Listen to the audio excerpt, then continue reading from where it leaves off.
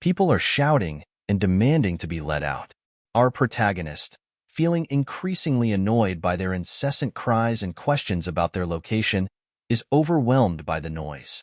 As the crowd screams and calls out for their parents in fear, our protagonist yells for them to stop, complaining that his head feels like it's splitting apart. He wonders to himself, who are all these people? Sitting on the ground and placing his hand on it, he notices a light shining from below, sparking his curiosity about their whereabouts. At that moment, a fairy appears before them, accompanied by a monster with large teeth. The appearance of these monsters shocks everyone, and the crowd erupts into screams of panic. Some individuals urge others to remain calm and avoid provoking the creatures, while others debate whether the situation is real. As the monster roars, people argue whether it is a genuine threat or merely an illusion, with some concluding that it must be fake. People are asking if this is some sort of prank. One person laughs and tells a girl named Mincio that it must be a prank, as she suggested.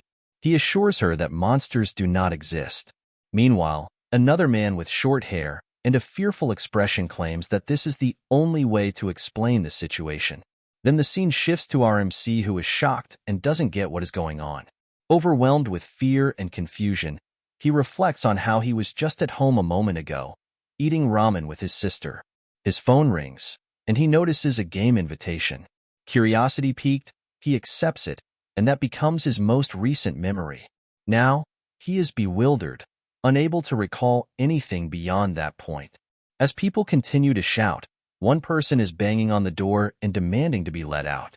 Among the crowd, a man wearing glasses grows increasingly annoyed by the commotion and the cramped conditions. A man with light brown hair addresses the group, noting that it appears they are all in the same situation and asking if anyone remembers anything. He then turns to our protagonist and inquires if he knows what is happening. Our boy admits he is unsure.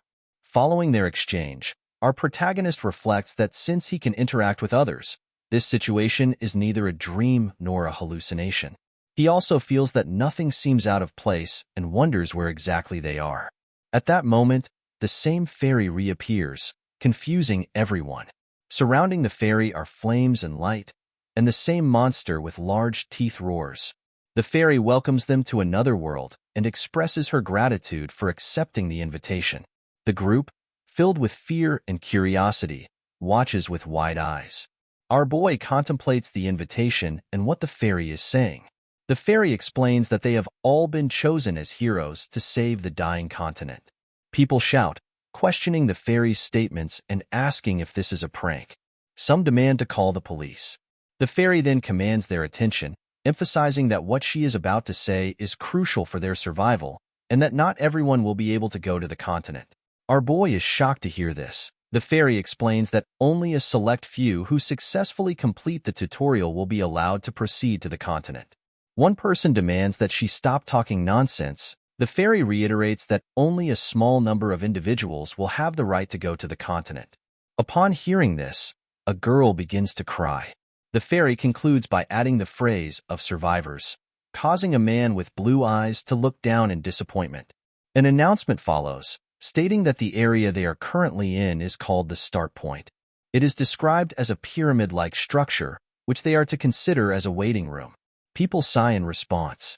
They are informed that various supplies necessary for their survival, including water, food, and weapons, have been provided.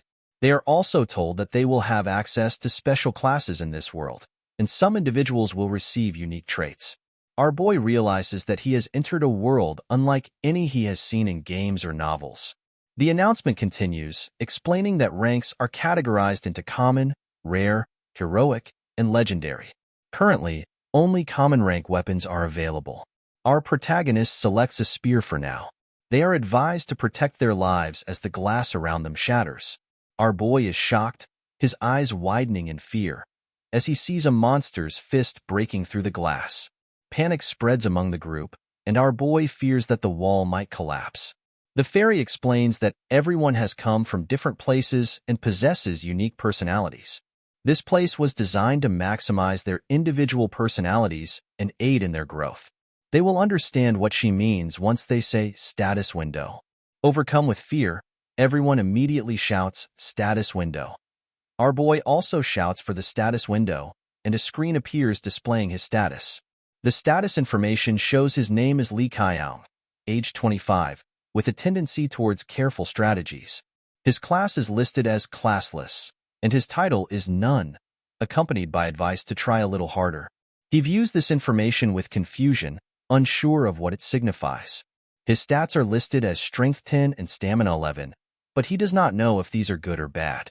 A system notification appears, indicating that he has obtained a trait.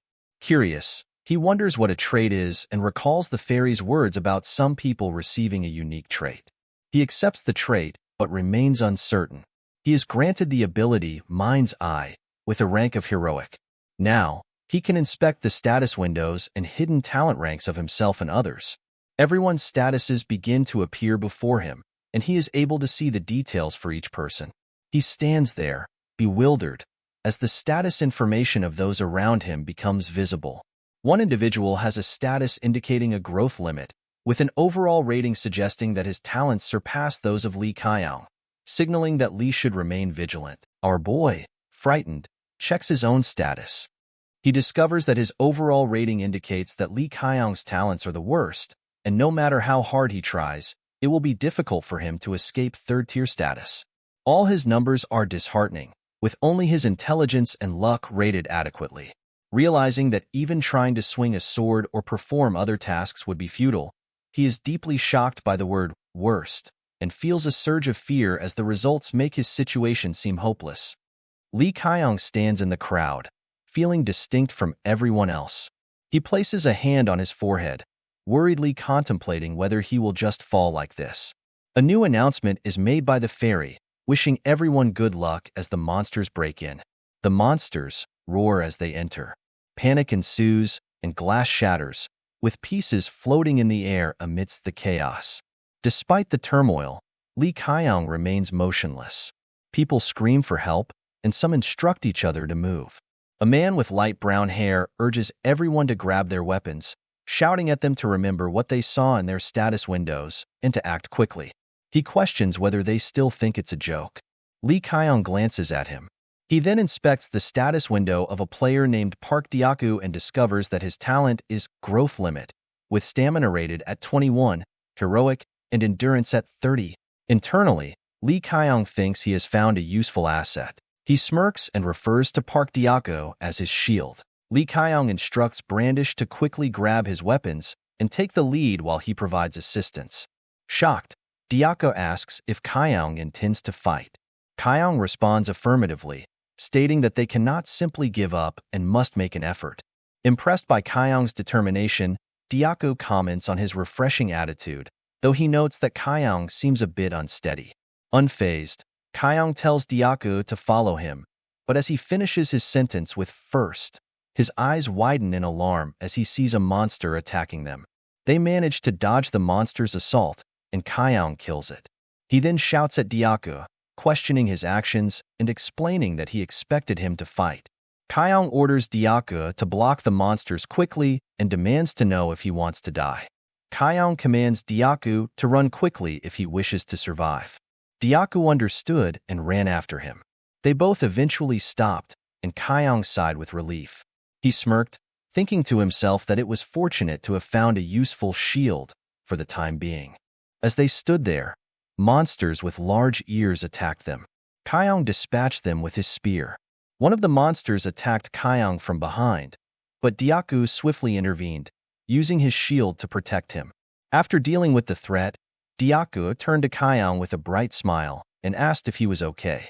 Kiyoung internally noted that Deoku was quite useful. He thanked Deoku and suggested they move on to collect the items. Deoku agreed, and they both ran with their weapons in hand. Deoku directed Kiyoung's attention to a shining door in front of them, indicating that it was the exit. Both were elated to see their way out and began making their escape. As they prepared to leave, Kiyoung heard a voice calling for help from behind. He paused and looked back, seeing a man surrounded by monsters and crying out for help. Kiyoung stood there silently, observing the scene. Deoku called out to him with concern. Kiyoung, his fists clenched in anger, approached the man, who was crying in fear with tears in his eyes. As Kiyoung approaches the man, He swiftly grabs the bag from him and departs immediately. Diaku, shocked by Kiyoung's actions, stood there feeling ashamed before reluctantly following Kiyoung towards the exit door. The man, with a look of despair, continued to cry for help as the monsters attacked him.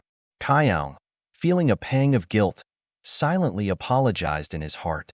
However, his perspective soon shifted, and he thought he should actually be thankful, as his own survival was partly due to the man's unfortunate situation. They both entered a room with broken bars. Diaku asked what their next step should be. Kiyoung replied that he would have been in the same predicament if he had known the outcome. Kiyoung considers it pathetic for someone of his size. He explains to Diaku that they need to first understand what kind of place they are in and asks if he has ever played games before. Diaku replies that almost everyone has played games at some point.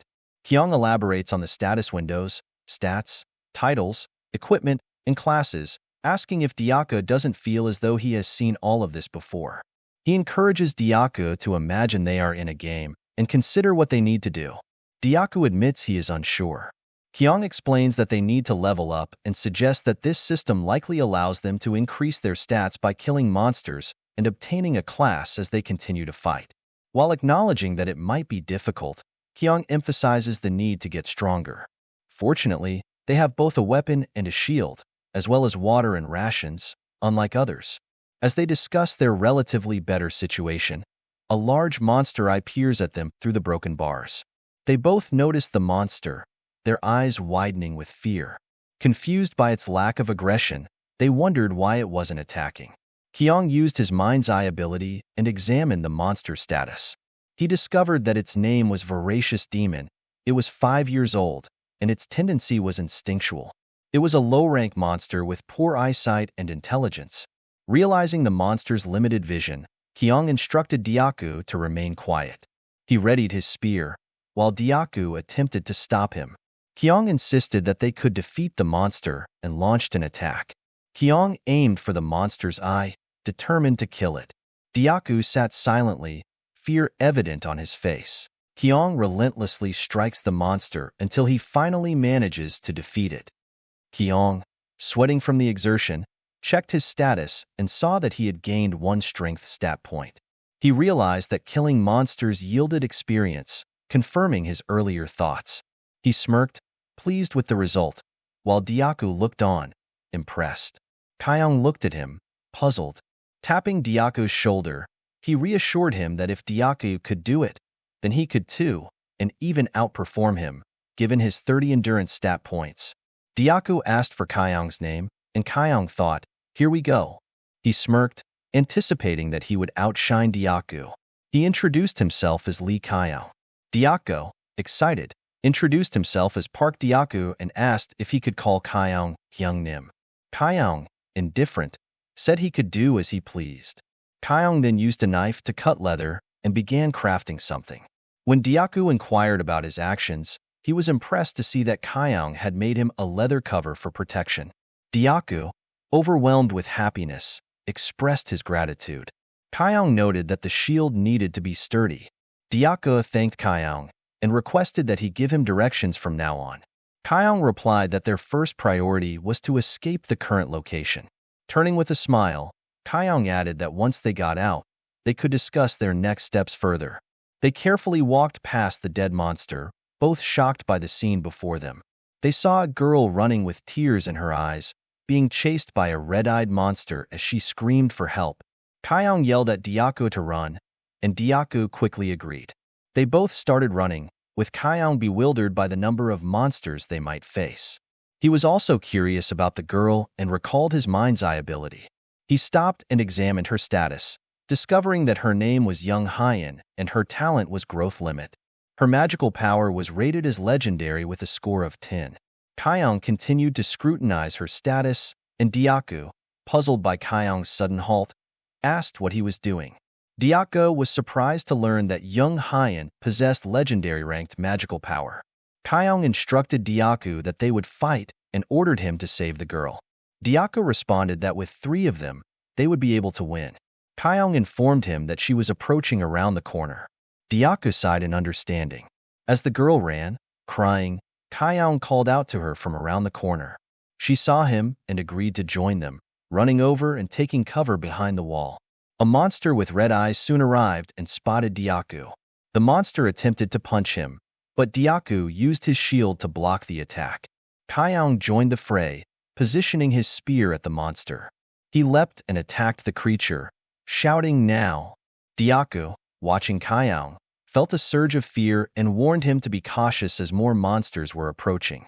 Suddenly, a blue light flashed, followed by an explosion. The monster was defeated, and Kiyoung looked at the scene with surprise, intrigued by what had just occurred. A young man with a sword approached. His hair covered his eyes, but when he looked up, his blue eyes were visible. Kiyoung and the blue-eyed man stood facing each other, both observing in silence. Kiyoung wondered where this individual had come from. Using his mind's eye ability, he confirmed the man's identity as Kim Hyung-sung, aged 22, with a tendency towards being a virtuous arbitrator. He was identified as a swordsman of common rank with titles including Regressor of Altiness, swordsman beginning his regression, one who could not overcome, and one who shoulders sacrifices. The title Enlightened One also accompanied him. Kiyoung was surprised by the title Regressor of Altiness and puzzled over its meaning, contemplating what regression through time could imply. As Kiyoung reviewed his status, Diaku introduced himself to the new arrival, thanked him for his help, and asked for his name. The guy with blue eyes answers that he is Kim Hyung-sung. Kiyoung examined Kim Hyung-sung's status and found it astonishing. Despite seeing it with his own eyes, he struggled to believe the figures. The potential of Hyung-sung's strength, dexterity, and stamina was so far beyond his own that comparing them seemed an insult to the space itself. Hyung-sung's level was 23, which was heroic, while his dexterity and stamina were also 23, with stamina classified as legendary. After reviewing this information, Kiyoung thought to himself that it was impossible and surmised that this was not Hyung-sung's first experience with such abilities. Kim Hyung-sung then addressed Diaku, noting that he appeared quite skilled in combat and inquired about him. Diaku, excitedly, introduced Kiyoung and mentioned that Kiyoung seemed to be a better fighter, having taken down enemies with a single slash. Hyung-sung modestly attributed his success to luck. Kiyoung, still puzzled, decided to check Hyung-sung's traits as well. He discovered that Hyung-sung's ability was swordsmanship expert and was ranked as legendary. Kiyoung internally reflects on how impressive Kim Hyung-sung's abilities are and feels a pang of jealousy. Kim Hyung-sung stands silently, and Kiyoung observes him, wondering why he is making that expression. Kiyoung suspects that Hyung-sung might have noticed him peeking at his traits. Meanwhile, the girl remains hidden behind the wall as the three of them continue their conversation. Kiyoung introduces himself with a faint smile and asks if he heard correctly that Hyung-sung's name is Kim Hyung-sung. He expresses his gratitude for Hyung-sung's assistance. Internally, Kiyoung decides to appear as kind as possible and, while extending his hand, inquires if Hyung-sung is traveling alone, noting that it must be difficult. They shake hands. Hyung-sung informs Kiyoung that he is currently gathering survivors and has set up a camp for them in a suitable location. Kiyoung smiles awkwardly at the mention of the camp, but quickly adopts a serious demeanor and asks how many people are at the camp. Hyung-sung estimates that there are around 30 people who are capable of fighting. After a brief pause, he adds that he would be pleased if Mr. Diaku and Mr. Kiyoung could join them. Kiyoung glares at Kim Hyung-sung, regarding him as a pushover. He muses that a virtuous arbitrator is merely a title and questions the value of a camp for survivors. Kiyoung wonders if Hyung-sung understands how troublesome such a group could become. However, he recognizes that Hyung-sung is the regressor of Altiness and may possess valuable knowledge about this world. There is no harm in maintaining a good relationship with him. With a pleasant demeanor, Kiyoung agrees to follow Hyung-sung's suggestion, addressing him as Mr. Hyung-sung. Diaku, curious about Hyung-sung, asks what class he has. Hyung-sung replies that he is a swordsman. Diaku is impressed and exclaims that Hyung-sung is indeed remarkable. Kiyoung then notices the girl still sitting behind the wall, her head bowed and tears in her eyes. He extends his hand to her and encourages her to stand up, reassuring her that they are there to help. She looks up at him, expresses her gratitude, and thanks him. Kim Hyung-sung watches the exchange between Kiyoung and the girl, visibly shocked by the display of kindness. He approaches the girl with curiosity, causing her to flinch. She nervously reveals her name as Young Hyun. Kim Hyung-sung, visibly excited, introduces himself and expresses his pleasure at meeting her. Kiyoung, puzzled by Hyung-sung's enthusiasm, wonders about his reaction. The girl clings to Kiyoung's arm in fear. Kim Hyung-sung asks her if she is injured, to which she replies that she is fine. Shyly, he inquires if he may call her Miss Hyun, and requests that she inform him immediately if anything is troubling her. She becomes even more apprehensive, but responds hesitantly that she is all right. Kiyoung observes Kim Hyung-sung silently, reflecting on his status as the regressor of Altinus and a swordsman embarking on his second regression. The one who could not overcome his past and who bears the weight of sacrifices. He wonders if Hyung-sung was searching for her. Kiyoung concludes that Hyung-sung, being a powerful individual who has witnessed the world's end, is likely seeking to acquire all beneficial resources from the outset to alter the future. As he looks at the girl, he acknowledges that she is indeed part of that group.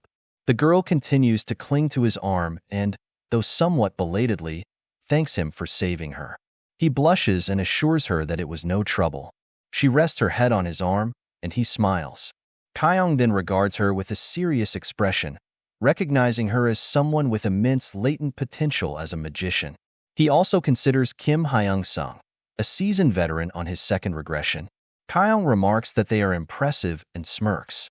With a darkly mischievous glint, he resolves to remain with them until the end. Dyaku's eyes widen with excitement at the sight of so many people. He eagerly inquires how Kim Hyung-sung found such a place. Kim Hyung-sung responds that it was by accident, though Kiyoung suspects that he likely knew about it in advance. A girl runs up, calling out for Hyung-sung, and warmly welcomes him back. She notes that it seems he has brought new friends. Kim Hyung-sung introduces her as Miss Jai-hai. Kiyoung, intrigued by her friendly demeanor, becomes curious about her identity. The girl expresses her concern to Kim Hyung-sung, mentioning that she was worried because he appeared to be running late. Hesitantly, she inquires about the newcomers. Kim Hyung-sung explains that these individuals will be staying with them at the shelter this time. Meanwhile, Kiyoung uses his mind's eye to examine the girl's status. He learns that her name is Lee Jai-hai. She is 29 years old, has an egotistical ambition tendency, and holds no class or title. Kiyoung notes the age difference, calculating that while Kim Hyung-sung is 22, the girl is 29. Still addressing him as Sunbae. Kiyoung notes that her stats are overall unimpressive, viewing them as subpar. He is initially dismayed to find that they are considered a potential great pair, reflecting his frustration with the rating system. He is irritated by the idea of being paired with someone he deems inadequate and questions the criteria used for these evaluations. As Jai-hai inquires about their names, Dyaku introduces himself first, then points out Lee Kiyoung, referring to him as Hyung Nim, and mentions Young Hyun, who is still holding onto Kiyoung's arm. Hyun introduces herself and expresses pleasure at meeting Jai-hai. Jai-hai regards Young Hyun with a silent, disdainful look, assessing her with an air of superiority. She then glances at Kiyoung with a critical eye, questioning his audacity to size her up. Observing Dyaku, she judges him based on his imposing size and equipment. Compared to them, she deems the limping Young Hyun and her supporter, Kiyoung, as weak. Jai-hai dismissively judges Young Hyun as inadequate. She then flirtatiously remarks to Dyaku that he must be a tank and expresses her confidence that he has already captured numerous monsters. Dyaku confirms this, attributing his success to Kiyoung. He adds that without Hyung Nim's assistance, he would have been in serious trouble. Jai-hai simply responds with, "Is that so?" and looks away.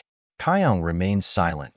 Jai-hai then shifts the conversation, enthusiastically welcoming everyone and offering to guide them to their resting areas. She notes that the living quarters are separated by gender and instructs Hyun to follow her. She also confirms with Hyung-sung if this is correct, to which he agrees and thanks her. Jai-hai turns to Kiyoung and requests that he be kind to her. Although Kiyoung finds her annoying, he conceals his irritation behind a forced smile and responds affirmatively, suggesting that she should also be considerate of him. He perceives her to be similar in nature to himself. As they enter the camp, the residents observe them and feel reassured, believing that their presence signifies increased safety and protection. People give them thumbs up and regard them as heroes. Kiyoung observes them and reflects that this place appears to be safe for people like them, but not for someone like him. Diaku interacts cheerfully with the others, while Kiyoung thinks he will merely end up being a shield. The next morning, as everyone sleeps, Kiyoung is awakened by a conversation. Someone is asking if he slept well. Diaku responds to Kim Hyung-sung, saying he slept very well thanks to him. Their conversation rouses Kiyoung from sleep. Kim Hyung-sung turns to him as Kiyoung calls his name. Kiyoung mentions that he noticed there are not many able-bodied individuals here who can fight. He apologizes for being so direct and inquires about how the place is being maintained. Kim Hyung-sung, looking disappointed, admits that the situation is not very favorable. He explains that their rations and water are nearly depleted, and, in addition to a shortage of manpower, they have to manage an additional 30 people, possibly more. Kiyoung tells him that the rations they have brought will run out soon and that it is already challenging enough to deal with the monsters. He argues that the additional burden of more people is unnecessary. Kim Hyung-sung counters that they are not a burden. Kiyoung insists that they are and makes it clear that he is not volunteering to help. Upon hearing this, both Diaku and Kim Hyung-sung fall silent, shocked by his demeanor. Diaku asks Kiyoung if he is considering leaving immediately, but Kiyoung clarifies that is not his intention. He explains that staying any longer would not be beneficial. Hyung-sung remains silent, glaring at Kiyoung as he continues. Kiyoung suggests that they can still fight alongside him and support him, pointing to himself as part of the team. Hyung-sung becomes pleased and thanks him. Kiyoung adds that he has a rough understanding of Hyung-sung's situation and that he is sure they all want to survive and escape together. He expresses empathy and acknowledges Hyung-sung's concerns. He clarifies that he is not like Hyung-sung and explains that his personality does not permit him to sacrifice himself or work cooperatively in groups. Kiyoung adds that he can even be considered selfish. Hyung-sung responds that he completely understands and acknowledges that Kiyoung must want something in return. Kiyoung observes him with a smile and internally muses that he had expected Hyung-sung to suggest sacrificing himself for the greater good, in line with his role as a virtuous arbitrator. However, it seems Hyung-sung comprehends his stance. Moving closer, Kiyoung expresses interest in the plans Hyung-sung has, while internally referring to him as a lovely regressor. He indicates that he would like to participate, thinking to himself that he cannot allow Hyung-sung to reap all the benefits alone.